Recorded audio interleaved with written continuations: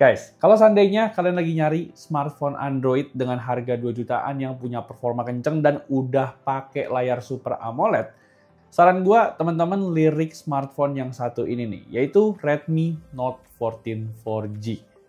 Yes, di video kali ini mungkin gue bakal sebut HP ini sebagai Redmi Note 14 aja. Dan kebetulan gue udah pakai smartphone ini kurang lebih sekitar 1,5 minggu terakhir nih guys. So, di video kali ini gue pengen ceritain ke teman-teman gimana experience gue rasanya pakai Xiaomi Redmi Note 14 4G ini. Karena kebetulan kalau seandainya gue cek di marketplace online, tepatnya di store-nya Xiaomi Indonesia, HP ini tuh meskipun baru di launching, tapi harganya tuh udah mulai ada diskon guys. So, ini tentu aja bisa jadi daya tarik terutama buat teman-teman yang lagi nyari smartphone dengan harga 2 jutaan. Makanya pastiin teman-teman nonton video ini dari awal sampai akhir nih. Dan ini adalah video review dari Xiaomi Redmi Note 14 4G dan langsung aja check this out.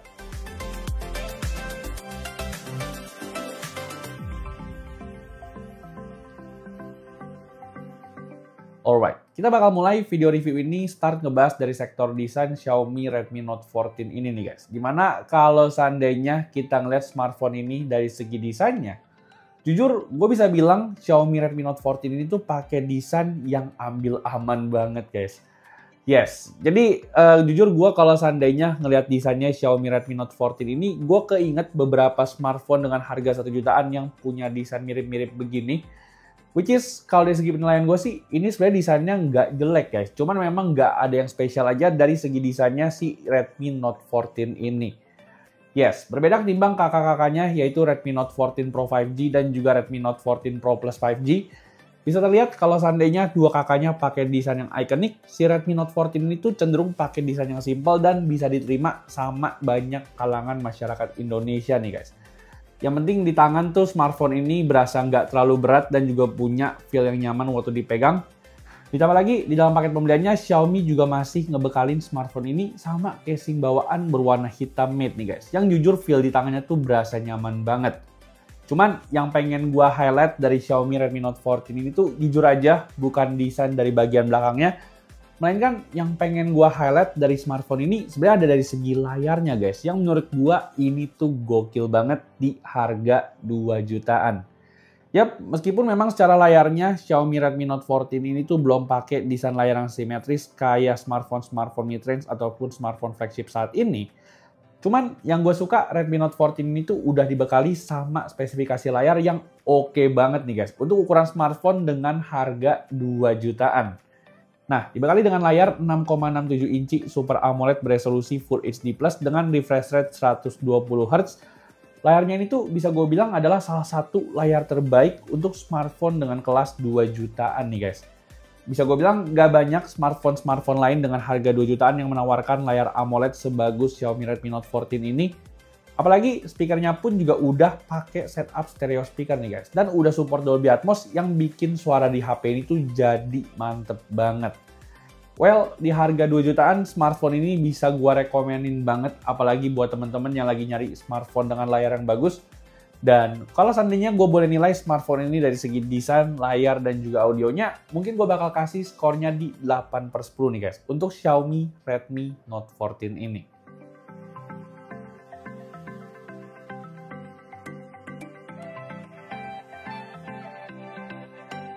Nah, lanjut satu berikutnya yaitu ngomongin soal dapur pacu dan juga experience pakai Xiaomi Redmi Note 14 ini. Di sektor ini, gue sebenarnya cukup yakin sih. Pasti banyak banget dari kalian yang mentingin sektor performa ketimbang sama sektor-sektor lain di Xiaomi Redmi Note 14 ini guys. Soalnya memang secara chipsetnya HP itu dibekali sama chipset yang cukup ngebut yaitu Helio G99 Ultra.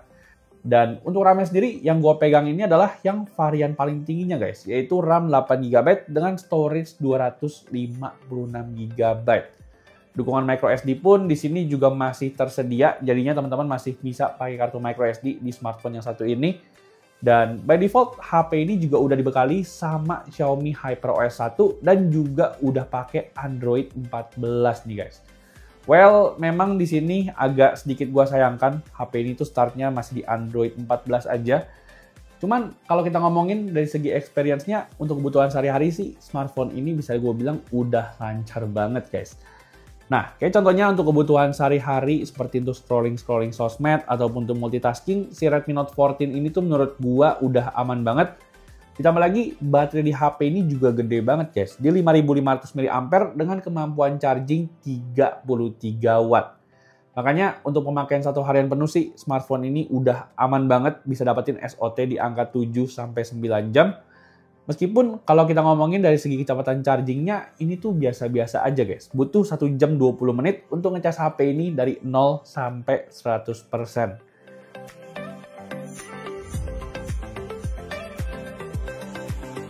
Terus meskipun ini adalah smartphone paling terjangkau dari Redmi Note 14 series, tapi fitur AI pun juga masih disediain di Xiaomi Redmi Note 14 ini.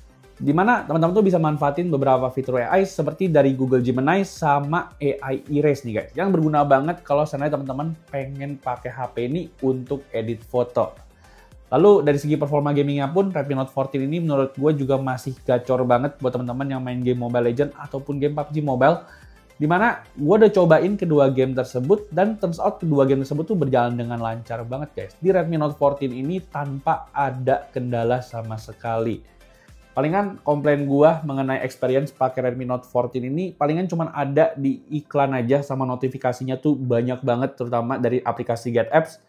Tapi menurut gua ini nggak jadi masalah lah. Mengingat kalau seandainya teman-teman paham, teman-teman tuh bisa menonaktifkan notifikasi ataupun iklan-iklan yang sering banget muncul di smartphone yang satu ini.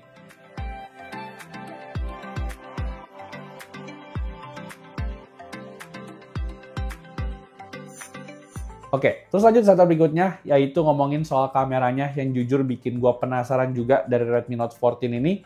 Untuk seri Redmi Note 14 ini, gue bisa bilang kameranya itu resolusinya gede-gede semua guys. Kayak contohnya Redmi Note 14 ini dibekali sama 3 buah kamera belakang dengan kamera utama 108 megapiksel. Dimana secara ukuran megapiksel ini sih harusnya bakal overkill banget guys. Terutama untuk smartphone dengan harga 2 jutaan. Cuman agak disayangkan untuk kamera kedua dan kamera ketiganya ini adalah kamera depth sensor sama makro beresolusi 2 megapiksel aja. Sedangkan untuk kamera depannya Redmi Note 14 ini tuh dibekali sama kamera depan 20 megapiksel nih. Yang secara hasil fotonya menurut gua udah cukup bagus.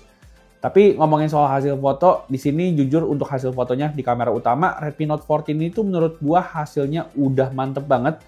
Apalagi kalau kita ngomongin dari segi detail sama HDR-nya guys. Menurut gua di rentang harga 2 jutaan, ini tuh hasil fotonya masuk ke kategori yang udah oke banget. Di sini gue bisa bilang kamera dari Xiaomi Redmi Note 14 ini adalah salah satu yang terbaik kalau saya teman-teman lagi cari smartphone dengan harga 2 jutaan. Even dipakai untuk foto orang pun dari segi warna dan juga skin tone-nya, ini masuk ke kategori yang cukup natural guys. Untuk ukuran smartphone dengan harga 2 jutaan.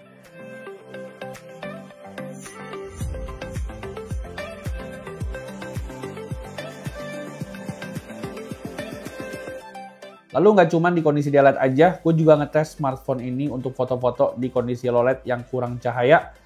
Ternyata dari segi hasil fotonya Redmi Note 14 ini menurut gue juga capable banget loh guys. Untuk jadi smartphone dengan kamera terbaik di harga 2 jutaan. Teman-teman bisa lihat dari segi detailnya, ini menurut gue masih tolerable banget dan juga punya noise yang cukup minim. Serta yang gue suka dari segi processingnya, ini tuh kelihatan balance guys, antara detail, exposure, dan juga highlight yang ada di foto ini. Nah, terus kalau seandainya tadi gue puji hasil foto dari Xiaomi Redmi Note 14 ini, di sektor video sebenarnya agak sedikit gue sayangkan hasil videonya tuh kurang gitu stabil nih guys, terutama di resolusi 1080p 60 fps.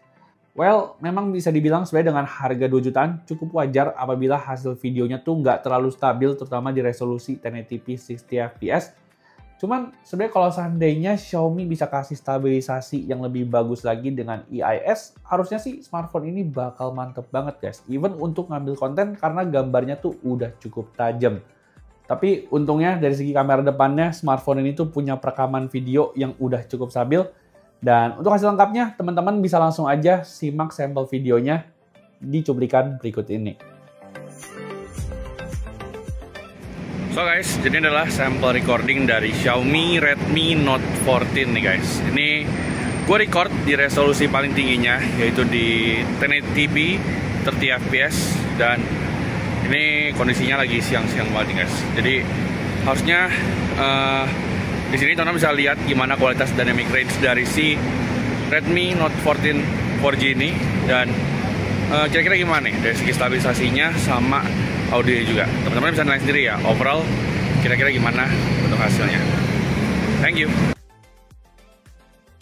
Oke, setelah tadi kita ngebahas soal semua aspek tentang Xiaomi Redmi Note 14 ini, mungkin sekarang kita lanjut ke sektor yang terakhir, yaitu ngomongin soal harga dan juga kesimpulan dari smartphone yang satu ini nih guys. Nah, jadi mungkin buat teman-teman yang penasaran, Redmi Note 14 itu dibanderol dengan harga mulai dari Rp2.399.000 aja untuk varian 8/128GB. Tapi menurut gua sebenarnya storage gitu bisa dibilang agak kurang guys, terutama buat teman-teman yang pengen pakai HP ini di tahun 2025. Jujur, gue lebih nyaranin teman-teman buat nambah 200.000 lagi untuk dapetin yang varian 256GB. Apalagi sekarang tuh ada voucher diskon guys, yang bisa teman-teman langsung aja cek di link deskripsi, atau bisa juga cek tag produk yang udah gua taruh di sini. Jujur, kalau pendapat gue sih, di awal tahun ini Redmi Note 14 ini sangat layak buat teman-teman pertimbangin, terutama buat jadi HP utama ataupun HP kedua kalian. Soalnya HP ini tuh menurut gue menawarkan performa yang udah cukup banget guys untuk dipakai di kebutuhan kalian sehari-hari. Mulai dari untuk kebutuhan sosmed, even untuk gaming ringan-ringan, menurut gue Redmi Note 14 ini tuh masih capable banget dari segi kemampuannya. Ditambah lagi dari segi baterai sama layarnya, smartphone ini juga udah cakep banget nih guys, yang bikin smartphone ini jadi semakin worth it.